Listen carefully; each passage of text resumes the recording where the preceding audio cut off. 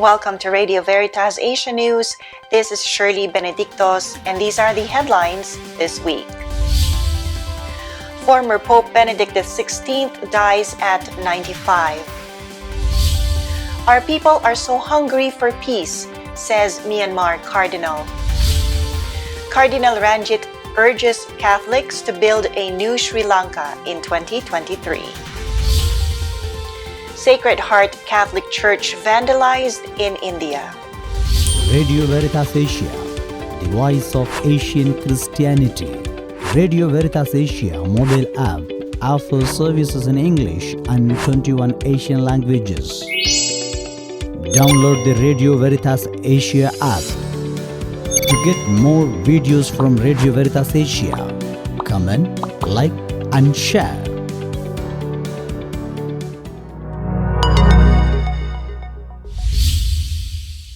Former Pope Benedict XVI dies at 95.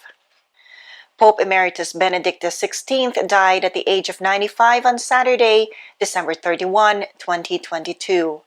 The former pope spent his final years at the Mater Ecclesiae Monastery within the walls of the Vatican, where he passed away. Cardinal Joseph Ratzinger was elected head of the Catholic Church at the age of 78 in 2005 to succeed Pope John Paul II as the 265th Pope.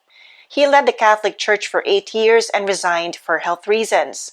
He is the first pope in almost 600 years to resign his position, rather than hold office for life, since Gregory XII in 1415. His death came almost a decade after his resignation. Pope Francis paid rich tributes to his predecessor on Saturday while leading a traditional Vespers ceremony ahead of New Year's Day in St. Peter's Basilica.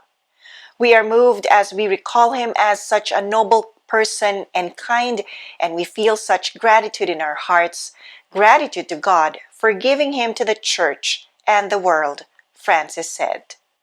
The body of Pope Emeritus was laid in state in St. Peter's Basilica on January 2 for the greeting of the faithful.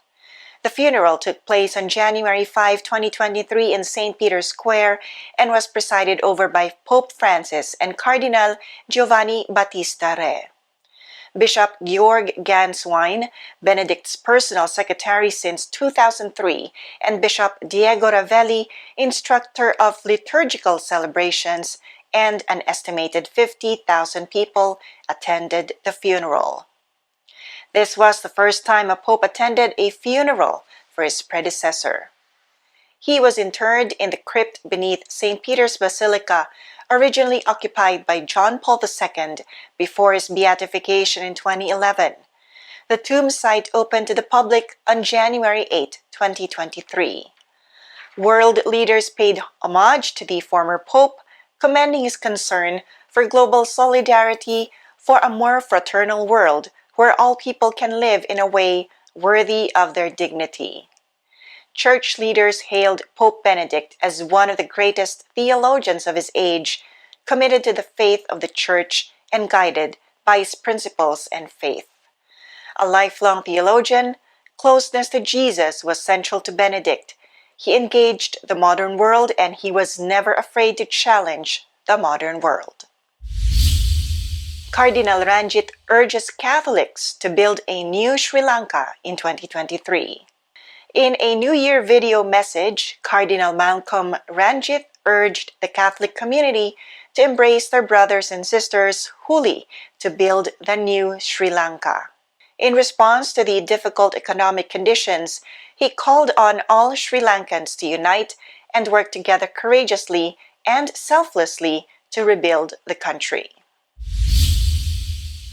Our people are so hungry for peace, says Myanmar Cardinal. Cardinal Charles Bo STB, the president of the Catholic Bishops' Conference of Myanmar, said in his New Year's message, "Our people are so hungry for peace, let them turn to peace."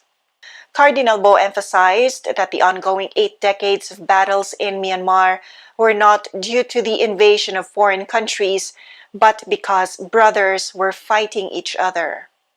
Myanmar church leader earnestly appealed to State Administration Council, National Unity Government, and the People's Defense Forces. All of us who live in Myanmar, let's fight for only one thing, which is peace. Sacred Heart Catholic Church vandalized in India. An angry mob of non-Christian tribals attacked Sacred Heart Church at Edka village in Narayanpur district of the North Indian state of Chhattisgarh. The attackers smashed the church's glass windows, the church's altar, crucifix, statues and furniture, and destroyed a Marian grotto, the Christmas crib, and the priest's residence on the church premises. Church sources said the violence has its roots in the non-Christian indigenous people insisting that their Christian counterparts give up the Christian faith and return to their traditional animist practices, but those following Christianity refused to comply, leading to clashes. More than 1,000 indigenous people following the Christian faith were driven out of their homes in the villages near Narayanpur in the past couple of months. Thanks for watching Radio Veritas Asia News. Download the Radio Veritas Asia app for more Asian church news.